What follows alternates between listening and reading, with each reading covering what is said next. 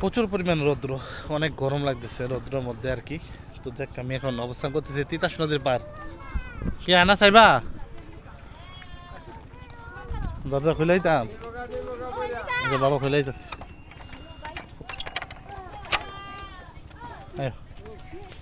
এদিকে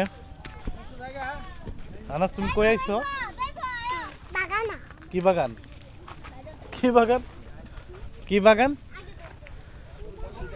হ্যাঁ কি বাগান? এদিকে আয়, এদিকে আয়। দৌড়াদৌড়ি করো না, বুঝছো?